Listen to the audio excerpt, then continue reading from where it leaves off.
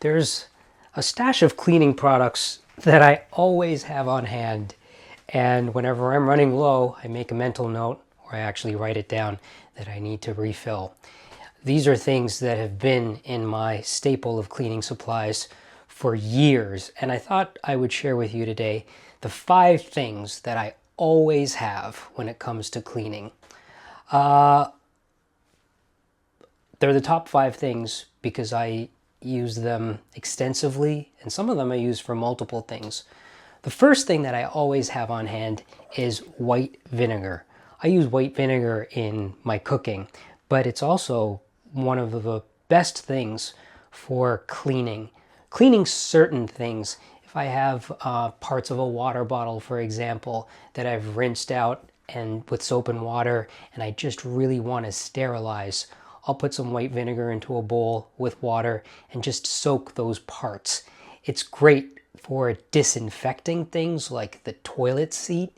It's a milder version than something like bleach or even alcohol. But beware that just because it's all natural, it doesn't mean that it's completely safe to use on everything. A lot of natural substances are actually harmful in certain situations because they can produce chemical reactions. For example, one of the things that I make sure I keep this away from are these marble countertops. In marble, there is calcium carbonate, which is essentially what makes up chalk. That's in the stone. And if vinegar or citric acid, like lime juice or lemon juice, comes into contact with the marble, it instantly starts to eat up that calcium carbonate, and it creates what's known as a chemical burn on the marble. So it's an area of the marble that will appear chalky even when you wipe away the vinegar, and you've permanently damaged the marble. So you need to know when to use something like white vinegar, when not to use it. Another thing that I've used vinegar for in the past is to soak whites. If I want to do a very mild soak just to sterilize things, not necessarily to remove stains, because also if something is stained and you put vinegar on it, you can set the stain with vinegar.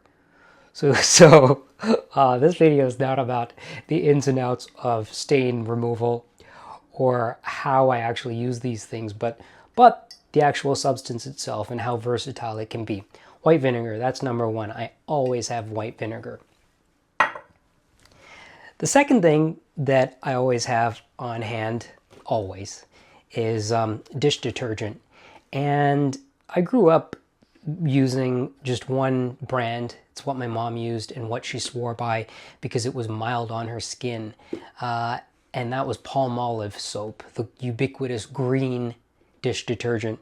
She always said that when she couldn't get Palmolive for whatever reason, or if she was washing dishes at someone else's house and they didn't have Palmolive, she would show me her hands and she'd say, look how it has dried out my hands. Apparently the Palmolive didn't do that. I think she was really right. It's a pretty mild detergent, but the detergent that's my top choice is Dawn. And Dawn is, from my experience, the best at cutting grease. It's actually used to wash off birds that have been caught in an oil spill. People that are rescuing those birds use Dawn. And I use Dawn diluted in a dispenser like this for washing up my dishes. I'll put some Dawn in here and I'll add water so that it's just much more liquid and comes out of this easily. But also because I don't feel like I need to use it in its full concentrated form for dishwashing. This is also not as pretty as this. So that's another reason why this stays out on the counter and this lives under the sink. But I'll use Dawn for other things other than just washing dishes. This is a great stain remover for certain stains, especially something that's greasy. If you spill, if you happen to have like an olive oil spill, you're having a salad and there's a greasy dressing and that gets on your clothing, Dawn is excellent for removing that. And if you have a stain like that, you really want to pre-treat it before you put it in the wash. You want to try to get out as much of the stain as possible before laundering. Because laundering, especially if you put something in the dryer and the stain isn't fully removed, that heating and drying will set the stain and make it permanent. So laundry, stain removal, I use this for that. I'll even use this sometimes for washing the floor. If I, for example, in the kitchen, if I'm deep frying something and oil is splattering all over the place from the stove, this floor gets greasy. I try as much as possible to not track around the grease, but sometimes inevitably in the rush of cooking, I move that oil around underfoot. And after that, I need to make sure that this floor is thoroughly cleaned and that all that grease is picked up. So instead of using my go-to product for cleaning the floors, which is coming up, I'll use Dawn. It's a must-have for me. I always have to have some of this. That's number 2. Number 3, talking about floors, Murphy's Oil Soap, which is now no longer called Murphy's Oil Soap. It's just called Murphy. And this is a wood cleaner that is 99% naturally derived. Some people love the smell of this, including me. It's very distinct. Some people hate the smell of this. It has kind of a piney scent that feels like you're in the woods. This is a soap that is dissolved in warm water, generally used for cleaning wooden things, especially wooden floors. You can even use it to mildly clean wooden furniture. But I have even used this for cleaning rugs, like for cleaning Persian rugs that I've picked up at the flea market, and I'm washing them in an intense process in my bathtub. This is the cleaner that I use. I find that this soap, this Murphy soap, is excellent for very specific things. Yes, washing the floor, but also cleaning things that require a kind of conditioner in the soap. Whereas this is used to strip out all the grease. This adds sort of a moisturizer to certain things. So if I'm washing something wicker, I have wicker baskets. I use wicker baskets for my laundry. I have wicker baskets that on the back of my bike, and all that wicker over time accumulates dust and dirt.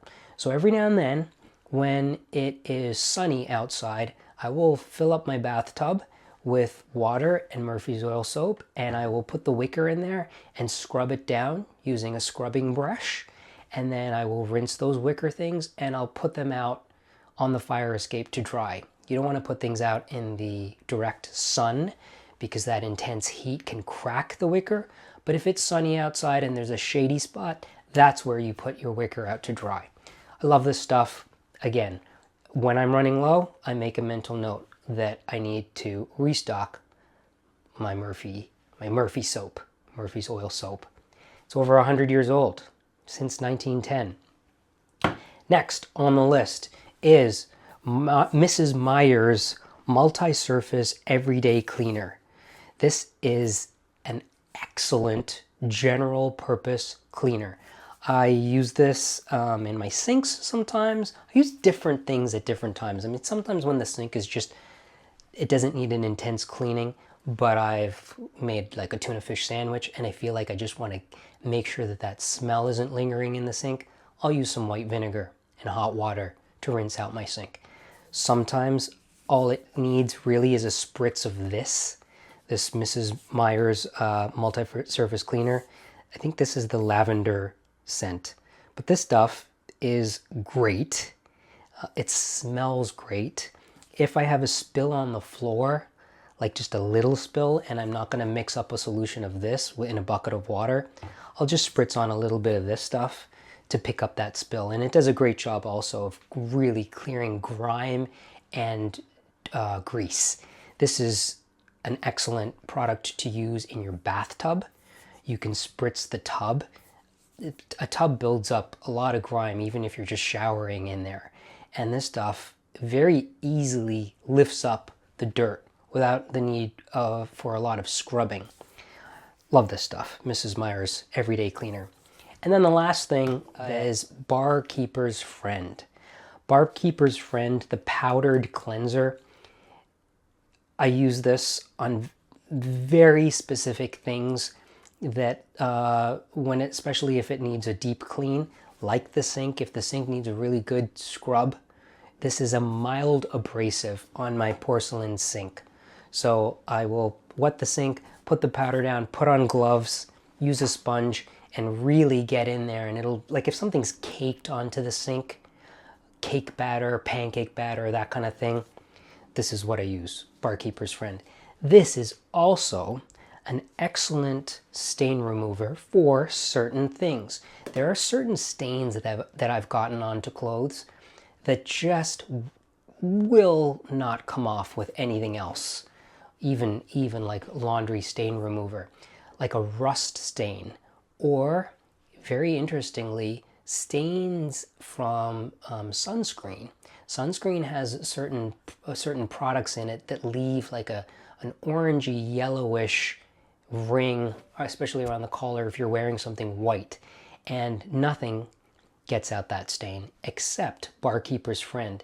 It's a chemical reaction that's taking place between those substances and some of the ingredients in here that help to lift that stain.